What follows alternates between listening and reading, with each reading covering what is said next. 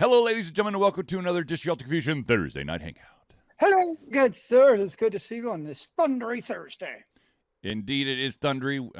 Atlanta has been having storms off and on at random intervals today, so hopefully the internet doesn't go down. In next couple of days. It's Yes. that time of year. Yes. All right. So, ladies and gentlemen, I, of course, am your host, Charlie, and I'm joined once again by the prolific commoner himself, Zealeus. Greetings and salutations. This is the Thursday Night Hangout. It's a live show where I try our best to cover the topics most important to you during the show. At any point during the show, if you have any questions, comments, concerns, criticisms, opinions, thoughts, add it to the chat, be it on YouTube, Facebook, or Twitch.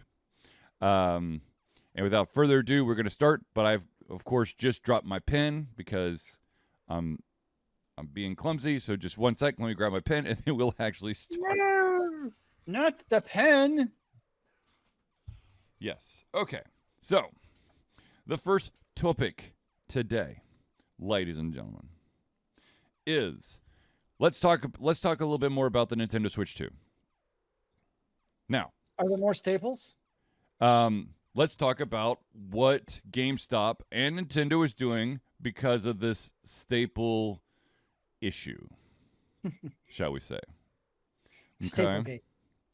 So, Nintendo and I know I've got this. GameStop. Thank you.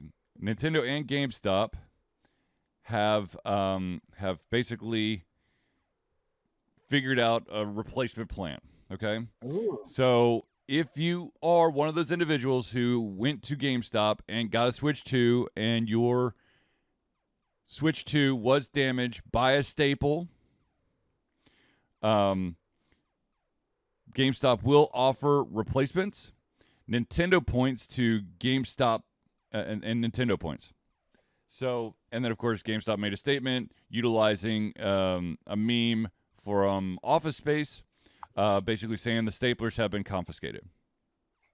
So at least they have a little bit of sense of humor. But if so there is a light at the end of the tunnel. The other thing is, it appears that there are Switch 2s that are appearing at brick and mortar retailers. I know that the Best Buy down the street from where I live just got a shipment, I think, yesterday. So I don't have the money for it, but I do know that they had it, or they had them yesterday. I mean, there's always money on the credit card. Yeah. No, there's no money on the credit card either. But I will say this, for those of you who do have a Switch 2, there is one little bit of advice that I've seen being said over and over again online. That is, when you first boot up your Switch 2 for the first time, you are asked, do you want to import your Switch profile, basically your system from the original Switch, right? Yep. If you say no, the only way to get that prompt to come back is you have to factory reset your Switch 2. So saying is, if you're going to do it, just do it right. It's not like you can come back later and do it. You want to do it ASAP. It's like, well, I want to have a brand new identity, and I don't want to have any of my Nintendo stuff be connected to my new Nintendo stuff. I mean, you could do that, but then you would have to factory reset it when you decide to import your old profile. Because that's how I always do my hardware, is I never do imports. Like, I'll create it from scratch, I'll log in, and then I'll start slowly, installing stuff, basically, is how I've always done it. Yeah. Because my theory is I want, a fresh machine without the cruft to get imported from the old machine. I want it shiny and new, and then I'll slowly import my little thingies here and there. But apparently, don't do that with the Switch 2. Yeah, it's a one and done situation. Interesting. Unless, of course, you want to factory reset it, which you can obviously do. But I'm always afraid that I'm going to be that one person that when it factory resets, it does something weird and the system's never the same. So I'm hearing is that happens. You just need to put a staple in it and then go get it fixed. Oh, by the way, I just remembered that there was that staple mar thing from my game, Yeah. but I don't have I won't. Okay, here's the flaw in that logic, Zealeus. I don't buy stuff from GameStop, so I wouldn't have the receipt to verify that the staple damage was from GameStop. I was so excited in the opening of my Switch, and I never thought I'd need to return it. So of course I just threw away the receipt, because why am I going to keep a receipt for a console that I'm never ever going to return? I don't think it's gonna work. It works for me. Therefore, it should work for GameStop and Right. Nintendo. Anyways, speaking of Switch 2, let's talk about the other issue that a lot of Switch 2 fans, or Nintendo fans in general, are having an issue with, and that is this weird game card thing where you could go buy the physical box, and inside in this box is this itty-bitty piece of paper with a code that you then have to type in and then download it on the system, which, of course, that's not a new thing, but for Nintendo fanboys, they've always, when they buy the physical thing, they want the physical thing. I thought that was actually a big deal with the Switch, was the cartridge. Like, that's one of the selling points, actually. Right. So, yeah, I mean, it seems silly to buy a Switch get physical game. The That's box, not a the yeah, box, a box. but with the digital code inside. Yeah, like the whole reason for buying the Switch physical box is to get the game card. Yeah. In my mind, you would think. Yeah. Especially when you consider one of the selling points is the portability, which also does reduce your drive space. Mm-hmm. And a way around that is, of course, using cartridges. Yeah. So, yeah, that's interesting. Yeah. I too, when I buy physical things, want it 100% physical. It's not. I don't want just the box. Yeah. I don't need that. That's extra clutter I could live without. Yeah, because even my physical PS5 games are all disc, which is what you would expect. I mean, granted, there's big usually updates, but still, it helps. Yeah. But anyways, yeah, fun times for Nintendo Switch news. But it is selling like hotcakes still. This is true. True. It's beautiful. Now, let's change gears just a wee bit, shall we? Are we going up in gears or down in gears? Like upshift, downshift? Good question. Which way are we shifting? Seeing as I've never driven a manual, so I don't know what gears. My car, I've always driven an automatic. It just shifts magically when it hits certain things. So, but let's talk about some TV, shall we? Some sad news. It looks like Adult Swim is about to get hit with another wave. Adult Swim and Cartoon Network are going to be hit with another wave of layoffs. They're part of the WB stuff, right? Yes, the WBD Global Networks. And right now, the WB doesn't seem to know what the hell they're doing. No, oh my God, dude! It's like every day they're doing something to that for me, and I guess for a lot of people out there, it's like, this is stupid. What are you doing? I really don't know. I don't know. One that still pisses me off at WB is they hold the rights to the Nemesis system via Mordor, those Mordor games. Yeah. Shadows of Mordor. Yep. And like, it's a cool system, and basically they're not developing it. And so it's this really cool idea that's just sitting there dormant. And then for some reason they didn't create DLCs for Hogwarts Legacy, even though like there's no doubt that they would have sold like freaking hotcakes. It's because they want to make a second one. I know, but like they could have released like 8 DLCs by now. Oh, I know. Have they learned nothing from other franchises? I don't know. like they make fantastic games, but it just seems like the decision making behind the releases of them seem questionable. A lot of decision making in big companies seems to be questionable these days. So Just I have an idea. Instead of AI replacing its lovely peons, let AI take the place of the CEOs. Can't be any worse. Yeah, who knows? And it would actually save the company real money in that case. I mean, we talked about.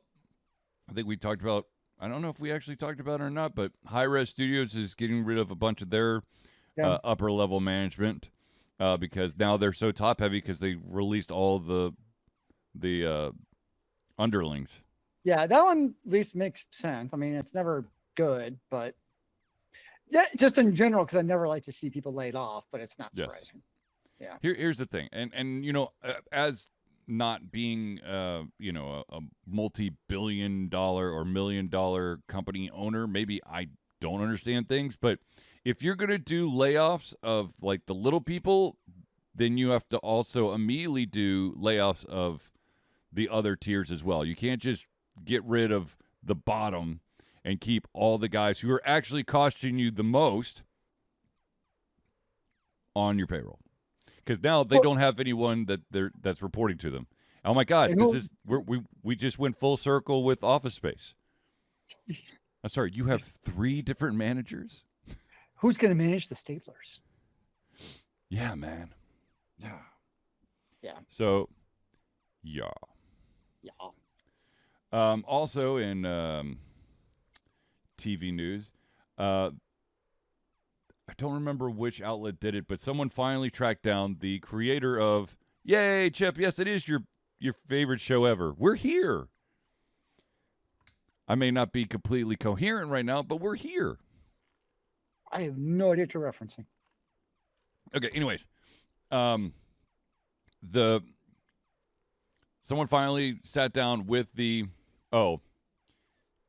Chip's talking about Office Space, which is phenomenal. It's freaking great. Yeah. I've seen Office Space in so long. Oh my gosh. It's so good. But yeah, I haven't seen it. Maybe it's been 5 years. Anyways, I'm getting sidetracked. The muscle relaxants are making it even harder for me to stay on track. Relax the brain, man. Relax the brain. Oh, dude, my brain is like so mellow right now.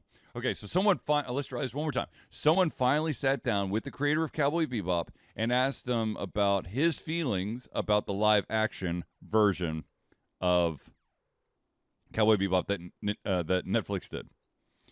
And he basically said that the opening scene told him that this was not going to work. First of all, he was not part of the creative team behind it, which if you are going to do if you have an animated series or a book series or some other medium series and you're putting it into something else, be it a TV show, be it a movie, something, you have to have the person who created the damn thing, if they're still alive. I mean, I guess you could dig up J.R. Tolkien if you really want to. Maybe there's some like Frankenstein-y thing you could do. But you have to have the person who made that what it is on your team. And literally, he said that it was the opening scene of the Netflix show was more than just a weak start. It was an outright deal breaker.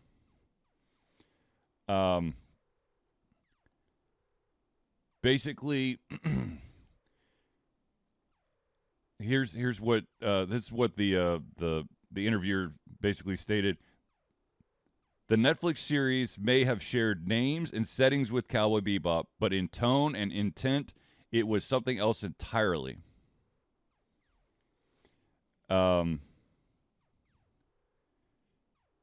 Which I still have not seen. Don't. The author of this article said the original Cowboy Bebop is a genre-defined masterpiece and a cocktail of space opera, noir, westerns, and jazz wrapped in philosophical angst, which I totally agree. The Netflix version, in contrast, often leaned into camp and quippy dialogue, flattening the emotional gravitas into formulaic action beats. It's true. They tried to make it just completely action packed, but there was so much there's so much depth in Cowboy Bebop.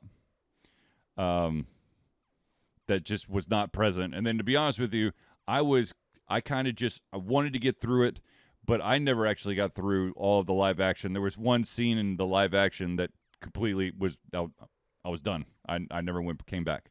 So First, what if you watched and you couldn't even finish the live action? yeah.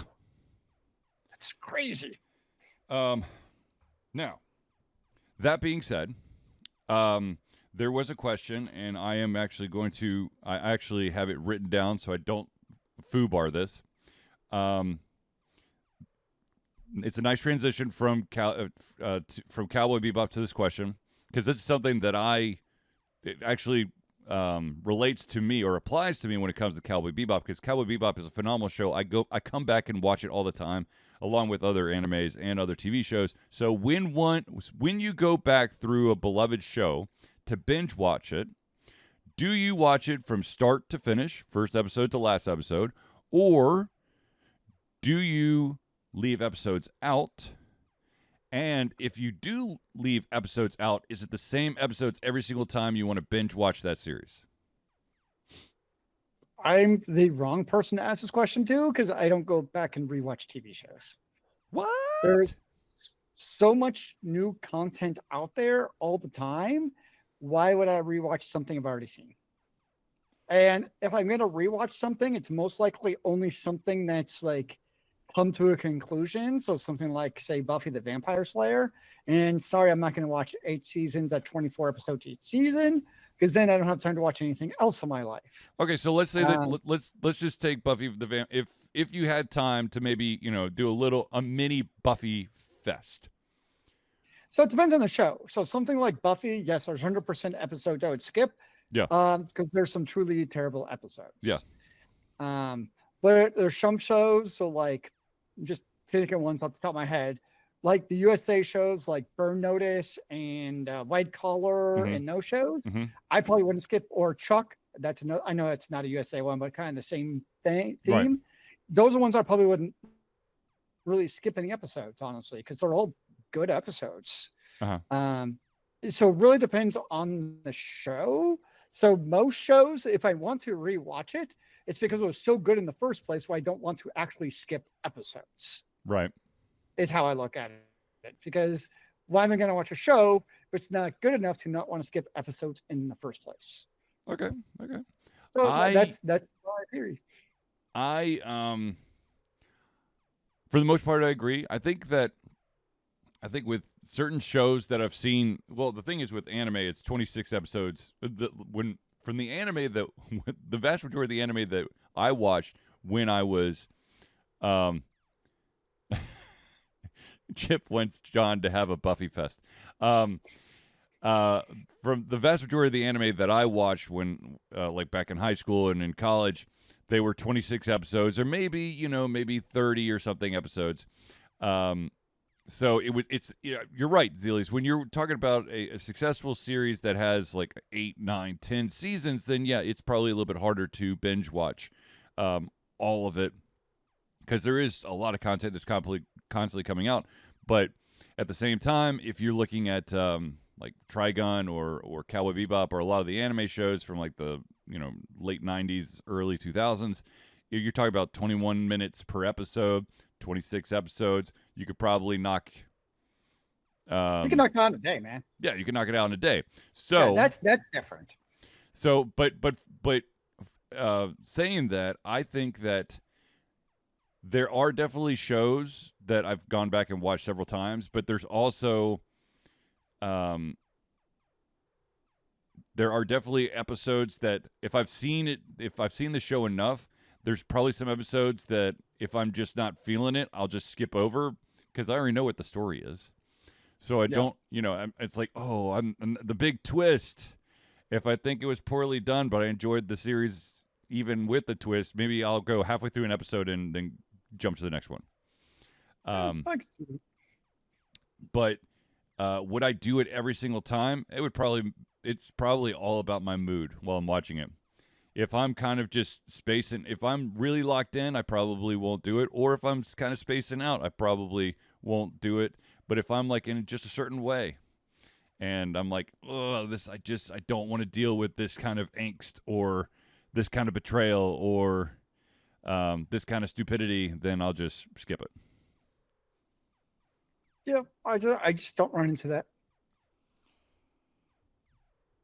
Speaking of TV shows that Charlie really, really liked that got canceled way too early, and I'm not talking about Firefly this time, for once. There was a show based on a book series that I think I finally am totally behind on that book series now. I kept waiting until the next book got released and then would read it and then get really depressed when then there's that delay. So I finally just dropped the series, started reading a bunch of other stuff. Real time. And that series, of course, is the Dresden Files. Now, I did have a problem with the TV show, though the author was, I don't know how involved he was, but there was some, back and forth.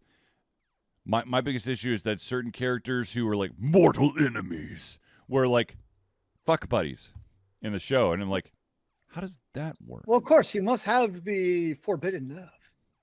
Yeah, but in a TV show. But Dresden, yeah. Anyways, a spoiler. I'm not going to say it. But anyways, I think it would be great if.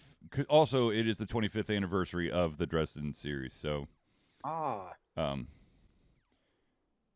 for those who don't, for those of you who don't know, it's the Chicago-based professional wizard who's called in by Chicago Police Department to help them solve a gruesome murder that seems to have been enacted with some black magic in the years since. The author has turned out 17 installments, including following Dresden as he tangles with all sorts of supernatural creatures and magicians such as werewolves, vampires, fae, demons, necromancers, and more, and more. Good Lord. And then also they one of the characters they totally completely changed, which I kind of liked the change in the TV show. In the book, one of Dresden's mentors is a dead wizard named Bob, and it's a talking skull. In the TV show, it was an actual actor who was confined to be close by his skull. So whatever. Yeah. But I'm excited. It would be nice to see another Dresden show. Do you know if he's still writing books for specifically Dresden? I don't know if he's still doing the Dresden series. I know he's written other books because I've seen. Actually, I will tell you. Okay, according to the website, the series is slated to run 23 to 24 books. The Dresden series? Yeah, it's literally on the website. Oh, well, there you go.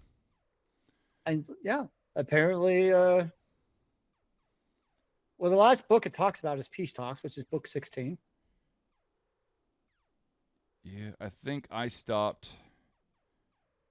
Oh shoot. Why did I choose the one website where they're not in chronological order?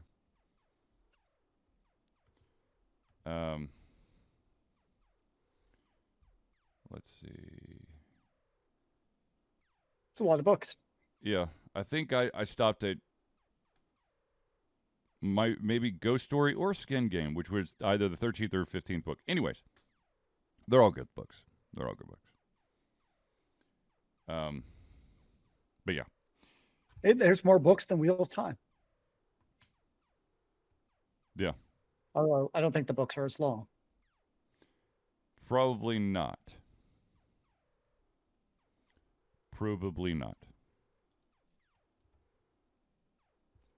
Okay. Oh, I did write that at the top. Wow, Charlie, you are really on top of it, buddy. Once again, I apologize. Muscle relaxants making brain fuzzy. I did actually finally start watching the Wheel of Time TV series. Uh-huh. And I'm sad it's canceled. You're excited it's canceled? Sad because the series Oh. is really good. Apparently, the last season was like phenomenal. Well, I'll say I just finished season 2 and it Mhm. was phenomenal. Mhm. And everything I've read is yes, like everything in season 3 is better than the finale of season 2. So the finale of season 2 is amazing. I'm super stoked about season 3, but at the same time, sad knowing that the awesomeness is over. Yeah. It's like bittersweet almost. So, but yeah, what do you do? You just shrug your shoulders and go, I don't understand how people do things. That's what you do. Isn't that just kind of life? Yeah, it is. Speaking of things that some people out there don't understand what's going on, ladies and gentlemen, if you have Netflix and you are an anime fan, if you somehow have not watched all of the episodes of Overlord, which is a phenomenal anime, if I say so myself, I guess on Netflix, it is going away. Netflix, I guess, is losing the right to stream it July 1st. So get your booty and gear and watch all those episodes. Yeah, that's a ton of episodes too. I know. I was just looking and I'm like, wow, that's long. So the question is it on Crunchyroll though?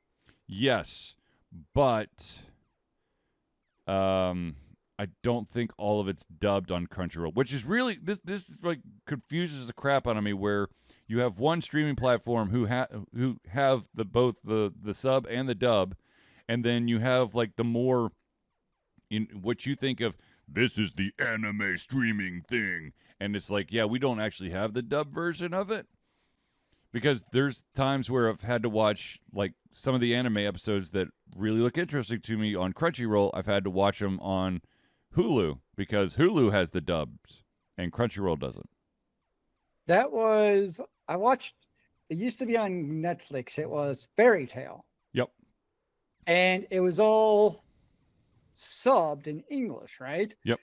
And I immediately jumped to, I don't remember what service it was because I didn't have Crunchyroll. So whatever it was, they had Crunchyroll dubbed, and it threw me off because like you went from the American, I don't know if they're American, but the English actors, Yep. to all of a sudden when it's subbed with the Japanese, I'm like, the characters felt different, and like they just felt different because part of the personality of the character was, you know, the voice actors, Right? And all of a sudden, the voice actors change, not just the language, but just the tone and inflection, everything. And it's like, oh, I don't recognize this character anymore. And I didn't even make it to like the first episode of it being dubbed. But I should go back and watch it now that it's been so long where it wouldn't matter. Right. No, I totally agree. I had I don't remember what anime it was, but I was watching one. I believe I'd started the dubbed version, and like some of the characters have like a high, cheery, squeaky voice in the dubbed, but in the subbed, it's like gruff, and I'm like, this not matching up, can't work, gonna head explode. So, but yeah, you have until July 1st to watch all the Overlord episodes on Netflix, which I, of course, am completely caught up on Overlord because I really enjoy it. Although you want to talk about an OP'd main character, Jesus, the dude can't get wounded at all. It's impossible. That's my 2 cents. Sometimes it pays to be OP. Or something. Yeah, but it's kind of a very, very overused part of anime, I feel. Anywho, maybe. All right, ladies and gentlemen, let's pause for a second to thank the individuals who help Alta Confusion be the Alta Confusion that you love and adore, and that, of course, is the friends of the show. So without further ado, and pray for me because I have to read this script, and I'm going to be honest with you, I am slightly worried that I will fumble over these words, but we're going to try. So without further ado, let's thank these amazing individuals. Let's start off with the Indie Cluster. The Indie Cluster is an organization of independent game developers that want to gain exposure by being involved in the community. They collectively journey to popular conferences as a traveling booth to help gain attention for their games. They make partnerships in local communities to bring games to the mainstream mindset. They highlight local, unusual, and rare concepts to challenge the paradigm of the common. They also host events to teach kids and minority groups about game development to hopefully one day enter the industry themselves. For more information, go to indiecluster.com. Which, by the way, if you were at MomoCon, you probably saw their booth because they were definitely there. The Aren't next they shout out always? we've got to give is to Noodle Boy Media. Founded in 2015 by Andrew Tran, Noodle Boy Media, previously White Kid for Side of Media, is your choice for professional photo shoots and panel recordings at conventions. They pride themselves in providing a high level of professionalism, top-notch experiences, and quality services. If you want more information and to view their full list of services, check out facebook.com/noodleboymedia. The next shout out we got to give is to an individual who I've had to reschedule several times because of my wonderful leg injury, because I can't really get that adjusted until I know what the hell's going on. But anyways, if you're in the greater Atlanta area, you definitely need this to help all those aches and pains from long gaming sessions or perhaps just sitting in front of a computer for too long. Hero Chiropractic is a unique healthcare practice set up by Ryan Moore. The company's focus to elevate a patient's experience of freedom, creative expression, and joy. They believe that everyone could be a hero and has incredible heroic potential inside themselves waiting to be unleashed. Hero Chiropractic focuses on mobile chiropractic care in the greater Atlanta area. They are committed to healing clients by creating a plan of action uniquely suited for each person. They make that plan of action as convenient and affordable as possible and most importantly suited to your individual needs. For more information, go to herochiropractic.com. The next shout out we got to give is to the music maestro himself, and that, of course, is CrossPad Creative. Need a new logo or want to work on a full branding and content strategy? Or maybe you need music or audio for your content, just like Alter Confusion? CrossPad Creative offers a whole host of solutions for individuals and small businesses. Just email Josh at crosspadcreative@gmail.com and see what he can do for you. The final shout out we got to give is to the original backer on Patreon for Alter Confusion. That, of course, is Agile Axiom. By day, Axe leads both a development team and system administration team working with satellites at NASA's Goddard campus. But while not in meetings and many times during, he is the Agile evangelist, Agile Axe, championing the philosophy of Agile and trying to make the world a better place for software developers, testers, system admins, and software projects the world over. Decades of experience in software development and leading Agile teams are brought to bear against evil processes, inefficient work, and bad habits. For more information, go to agileaxiom.com. Now I know at this very moment in time, you've got to be asking yourself, how do I become a friend of the show? Well, ladies and gentlemen, that's quite simple. Alter Confusion survives the love and support of fans like you, and so we have a Patreon page.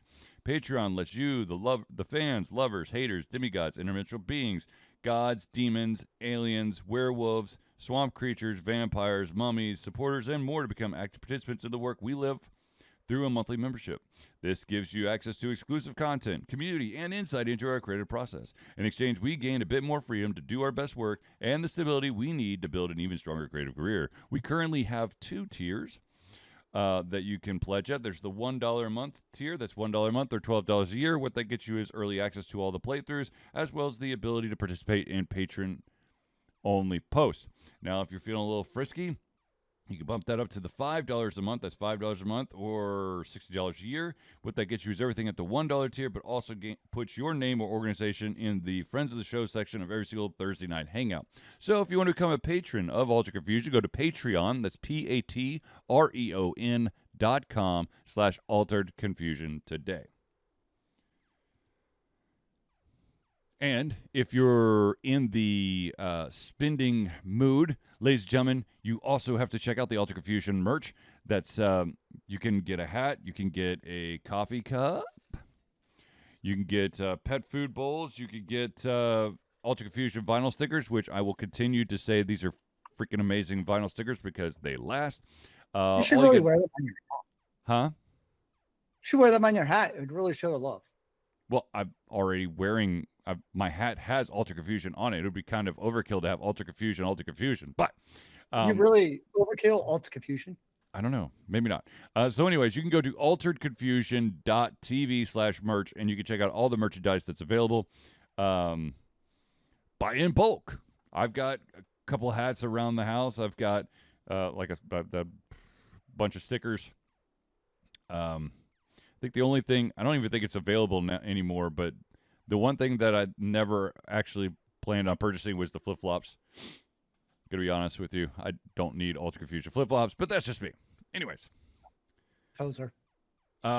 So I do want to do one other shout out, and that is, of course, ladies and gentlemen, Ultra Confusion is proud to say that they have been fundraising for Extra Life for 14 years straight. Extra Life is gamers doing what they do best, game, to help sick and injured children at their chosen Children's Miracle Network Hospital. The money that we raise through Extra Life will go directly to Children's Healthcare of Atlanta as unrestricted funds. This means that the hospital decides where and how to spend the money to ensure the dollars we raise make the biggest impact in the lives of the kids they treat. So if you have the capacity to donate, please go to extra-life.org and search for Altered Confusion today. Actually, do not search for Alt Confusion. Search for Charlie Hawkins. But it should go to Altered Confusion as well. Search for Alt Confusion does not show any. You're on Team Alt Confusion, but searching for a Alt Confusion in the search bar searches for players only and not teams. Very weird. I know, because I first searched for Alt Confusion because I have to update my URL. And it's like, no. I'm like, okay. Weird. Very weird. Anyways, all right. Let's see if Charlie's brain will continue to work. I mean, it's debatable. Hey, no. There's a chance. Where there's a will, there's a way. Where there's a way, there's a will. Something like that. Okay, so there's this anime that's on Crunchyroll that people. This is the famous anime that has had a bunch of people petition for it to stop and basically reboot their attempt at making this anime what it should be, because everyone is pissed that the animation quality and the action sequences are just poorly done. That, of course, is the beginning after the end. And despite the fans continuing to petition for the cancellation of the show, Crunchyroll has come out and said that they're going to give it a second season. Now, as some people might remember, any news is good news. So I think with people constantly trying to petition this thing into cancellation, it's gotten more eyes on it, and there are people who maybe are not as art critical as the individuals who've written this petition, which I'm curious to see how many people are what the count is. Does this actually go to the petition? See, me, it sounds like a case where it's the squeaky wheel is what people listen to, even if maybe it was good in the first place. Yeah. There's over 50,000. Was that can't be now. Anyways. So, yeah. Any news is good news. Any publicity is good publicity. They're getting a second season, so maybe they can, kill two birds with one stone. They can improve the animation for season 2 and make the petitioners happy. I mean, yes, they technically didn't cancel the show, but maybe they will get season 2 to be what the fans of the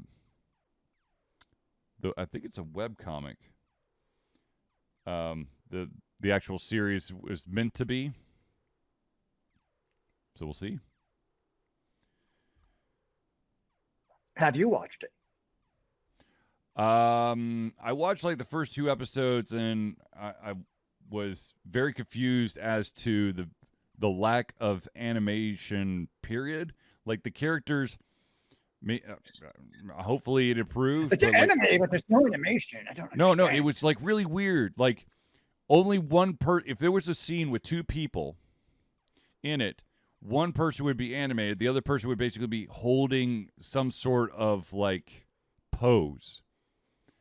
And then once the talker stopped moving, then the pose holder would start moving, and then like the action was not actually action; it was more like it felt more like flip book than anything. It was weird. Sounds more like a video game that you would play, and those are like the cutscenes. Yes, yes, yes. But what do I know? We know nothing. I think that's the moral of the story is that we don't understand how the world really works. I mean, I don't think anyone knows at this point in time. Why start now? True. How true. Now, speaking of how the world works, let's talk about the fact that Disney and Universal are coming together to file a massive lawsuit against an AI image company called MidJourney. MidJourney apparently is allowing users to basically do like Star Wars, Simpsons, and other Universal and Disney properties, like make my character into a, I don't, you know. Ooh, that was a weird noise.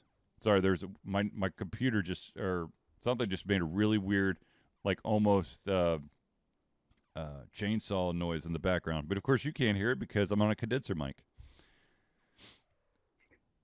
Yay. But yes, so Disney and Universal.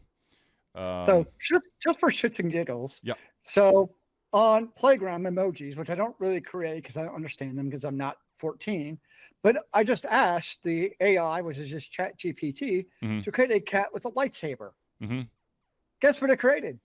A cat with a lightsaber. With a lightsaber, yeah. It looks like it's straight out of a Disney. So it's just kind of fascinating where, like, obviously that is using, I mean, straight out of Disney, using the lightsaber. Yep. But I don't know if there's license agreements or it's just like who wants to sue Apple, unless I guess you're Epic Games. But still, it's just, I don't know. The whole AI thing's fascinating to me because the only way to basically train AI is to essentially use copyrighted information.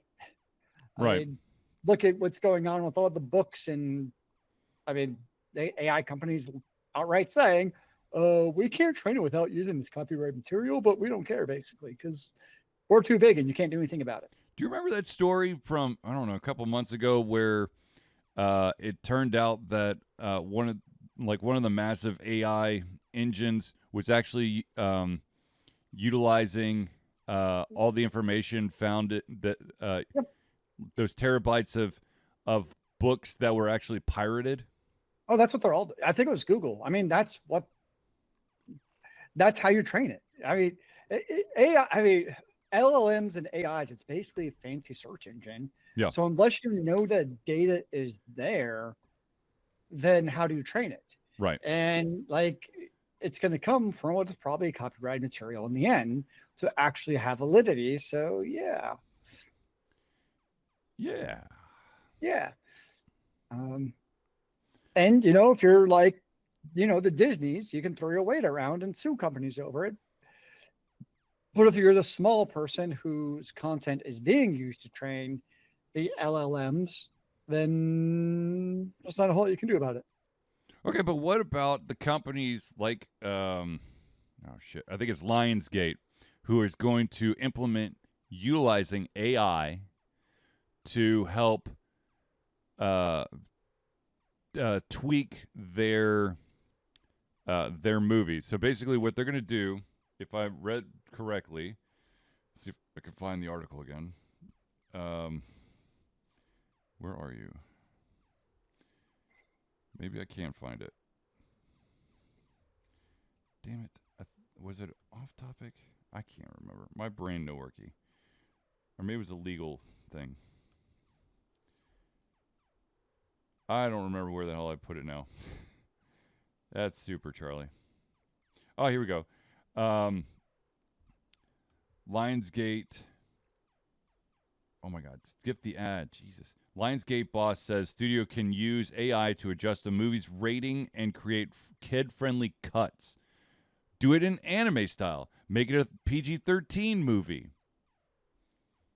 So basically take, for example, John Wick, and then Lionsgate goes, I want John Wick anime style. And then this AI engine basically just takes all of John Wick and makes it look like anime. I think so. One of my favorite things is watching CinemaSins. Yep. If you're not familiar, if you all aren't familiar with it, go watch it. It's hilarious, right? So I recently watched and they're all terrible, but I watched them anyway because I like trash. The 3 Jurassic World movies. Mm-hmm. And so afterwards, I had to watch all the CinemaSins. And they made the quip where basically, and it's your one token possible reference to the gay person in the movie, so they easily cut it out for the Chinese release. I'm like, yep, that's exactly right. They could just cut that one line. But to kind of going back to full circle, that is in a way a perfect use of AI, is you almost feed it and be like, hey, I have this movie. What would be objectionable to this certain demographic? Mm-hmm. How can we cut it out of that movie easily? And that would be the perfect case. So in this case, it would see the one possible reference to a gay person. Now also look at America, because a lot of people hate gays here. And like, hey, let's cut it out everywhere. Mm-hmm. Mm-hmm. Yeah. Wasn't there like an ultra conservative Christian group back in like the 90s who took like all the VHSs and then made like Christian correct Christian versions? They did it for John Wick. I think I remember us talking about this years ago, and I could have sworn it was called probably like Angel Films or something corny. I could have sworn it was actually about John Wick, because we were joking about like, what would the movie be? Oh God! Oh jeez! Yeah. It was either like John Wick or Matrix. It was like one of those like nonstop action movies. I feel like it was John Wick for some reason, because it was so absurd. Where it's like, how do you even do this? Or any movie that's got Samuel L. Jackson in it. Snakes on a Plane. Make that Christian friendly. Don't think it's possible. The plane takes off. It lands. Roll credits. Yeah. I remember they actually did the animation thing. It was the Blacklist for one of the seasons. It was during the writer. It was during the.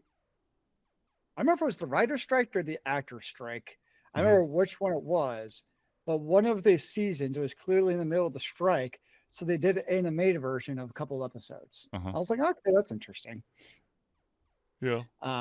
But yes, like, I mean, like realistically though, for something like, cutting out those controversial things, or actually a good example for video games would be remember it was World of Warcraft. Yeah. Where they changed, wasn't the skeletons to like something else, because going back to the Chinese market, right? Like you can't have skeletons in the game. And so that would actually be to me, that's actually a productive use of AI to basically, instead of a human looking through those, I could actually see that being a useful implementation of AI for a studio to be like, look at this game and now tell us where, if we're going to go to these like 10 different markets, what are things we need to watch out for from a, political and social perspective to change.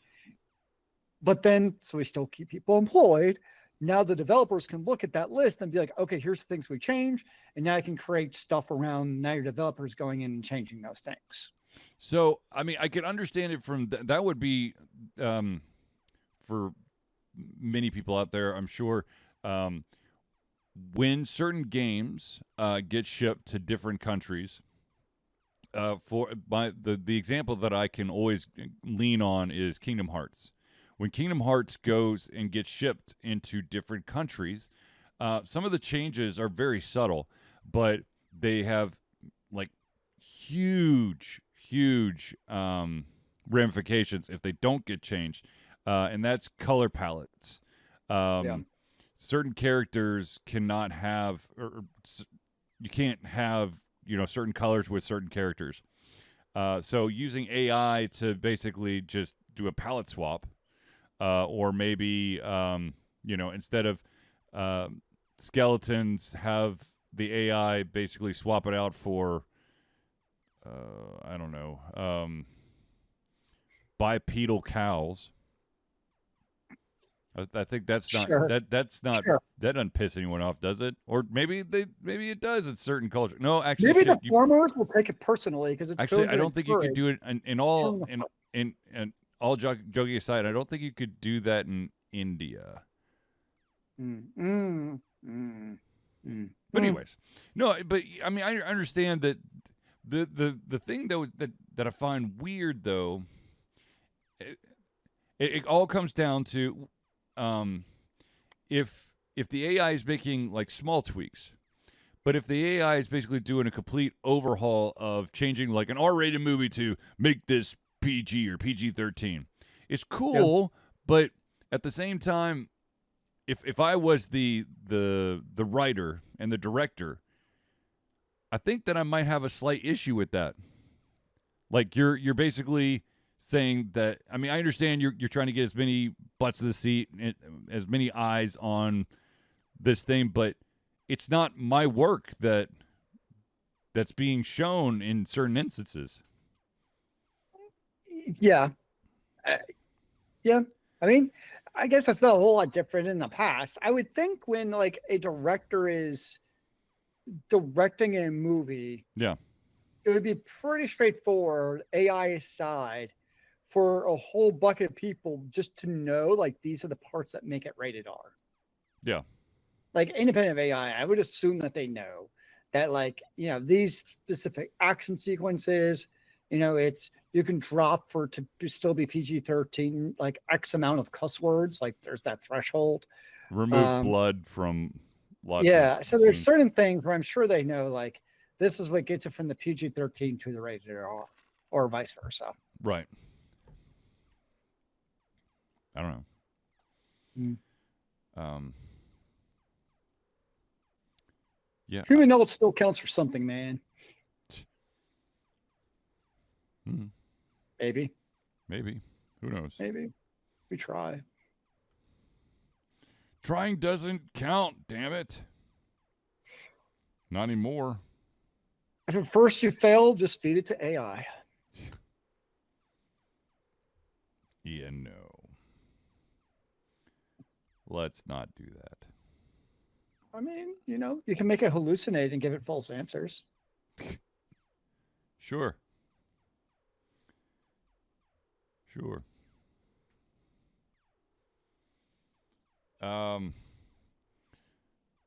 Zealeus, what games you playing?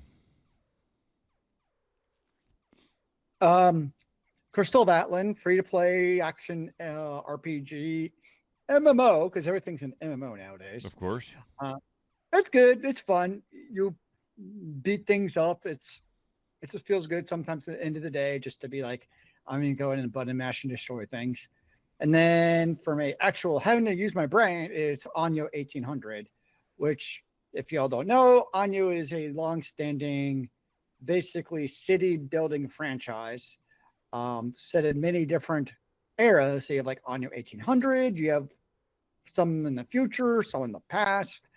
The thing with Anyo is they're one of those franchises that has like the 18,000 expansions and DLCs for every major release. So it's definitely one where it's like, wait to go into super sale because it's going to happen. Otherwise, you're going to like be able to buy a car with the amount of DLCs you can get. And they also have a new Anyo. I forget the official name, but it's set in Rome. So in like 5 years, when it's on super sale, I'll 100% be playing Anyo Rome. It's not Rome, it's something else. But that one I'll definitely play because it's a great franchise. I'm trying to look it up real quick. Yeah. If you're into city building games, Anyo is definitely a great series to play, those type of games. Anno 117 Pax Romana. There you go. Bergerac is one of my favorites. It's Sam Rome. Mm-hmm. City Rome? I don't know. It's a Rome building game. And Rome's, it's just a classic era to want to be a city builder in, right? So from that perspective, yes. Anyo 117 is definitely something I'll be playing at some point in my life. So the question I have for you, real quick, is the Anno 1800. Are you playing it on your PC? Oh, PC. Uh, Because it's actually the first game from the main series to be released on the consoles. yeah, I was gonna say because I've played what is it? Tropico on Switch. Yeah. So, which was a great port, by the way. So I was skeptical. So games like Tropico and Civilization 6, I think it is, I've both played on the Switch pretty extensively. And, my first thought would be like, these are terrible games for the console. But in both cases, they're phenomenal. The biggest issue with the Switch ports was actually just the speed of the game. You get to late game Civilization, and those turns can take like minutes. So that was actually the only part that sucked, but the actual gameplay experience itself was actually really good. Really what it comes down to, I've noticed in games that are both PC and console, it comes down to how well can you basically navigate the menus. That's really what it comes down to in my mind. And did they make that a good experience or a bad experience? A bad experience would actually be Crystals of Atlan. So they have 3 different formats you can play. You can play keyboard and mouse. You can play console only, so just the gamepad, or the hybrid keyboard and mouse and controller. For some unfathomable reason that I do not understand, because it's the only game like this I've played, where you do the combo version, it basically remaps your entire gamepad in a way that like sucks. And because the gamepad version is a great, to me, mapping, and I want to use the exact key map bind, but be able to use my keyboard to like type in chat. You can't do that in the gamepad mode. So I'm like, okay, I'll just go to the combo mode. I literally can't do the same key mappings for my controller using that mode that would be in the gamepad mode. And it just boggles, because I like another example would actually be Diablo 4. You just pick up the controller, it doesn't matter. It's the exact same controls no matter what you do. Same thing with a game like Last Epoch. So developers have figured out if you support controller, you literally make it the same regardless of whether you're using your controller or your keyboard and mouse. You basically just hot swap on the fly. No big deal. The problem with Crystal of Atlan is they have the hot swap, but the hot swap is a terrible implementation of the gamepad because they made it worse than the actual just gamepad instead of just keeping it the same as the native gamepad. So hopefully, hopefully they change that. So that'd be my one pet peeve of that game. What about you, sir? What have you been playing? I'm guessing some Claire Obscura. Yeah. Still doing it. Finally have there's a character that helps you navigate the world called SK. And I finally have found all of SK's rocks. So SK now has all his travel abilities back. But I have to say I'm very depressed with the last rock you get. It's so he could dive underneath the water now. And I thought, ooh, new levels opened up. No, it's like literally, it's kind of like digging for treasure. And all the stuff that SK has pulled up, I'm like, oh, wow, that's something that I used at the very beginning of the game and has no relevance whatsoever now. So thank you, SK, for pulling that piece of trash up. Interesting. But that's I'm kind of just flying around the map right now trying to level up as much as possible before I can't say anymore. Because if I remember right, Claire is a game where, because you have multiple party members, so you can pull in and out of your main lineup, but if they're not in your lineup, they don't get EXP, right? They do. Oh, they do get EXP if they're not in your lineup. Not as much. But they get some? Yeah. Okay, I didn't think they got any for some reason. No, they do. Thankfully, because I've completely abandoned 2 of the characters. I mean, they are not. They're quite a bit behind the other characters, but they definitely are not the level that I last used them at. feel like that's pretty normal in games where you have like 3 or 4 person lineups and you have like 8 characters. Yeah. And most people are just going to stick. They're not going to like level up every character to 100. Yes. I just for those who are interested, my lineup is always Mael, Verso, and Monoko. I think everyone uses Mael. Yes, I think to be honest with you, I feel like most people probably use it. It really depends with Monoko. If you have challenged, the thing is, Monoko can open up new powers by facing enemies that new enemies for the first time. If he's in your active party, he basically takes their leg as a trophy, and now he can turn into that character and do a special attack. And there's a couple of special attacks that are freaking phenomenal to have.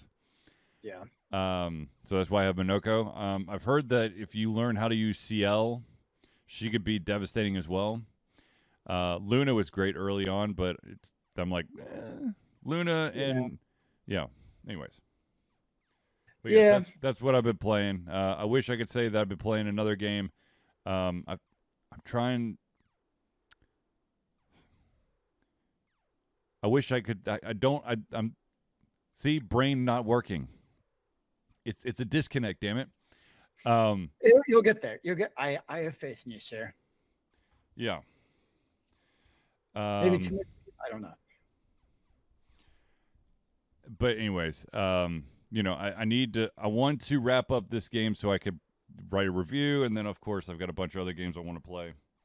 Yeah. So we'll see. But yeah, that's what I've got. Anywho, all right. I think we've reached the end of our show, ladies and gentlemen. So without further ado, I'd like to thank everyone for tuning into the Ultra Confusion Thursday Night Hangout. For myself, Charlie, and Zealeus, it's been a pleasure giving you our heads, our mouths, and of course, our hearts. We'll be back next Thursday for another Ultra Confusion Thursday Night Hangout. Remember, kids, keep on gaming in the free world. Amen to that, brother.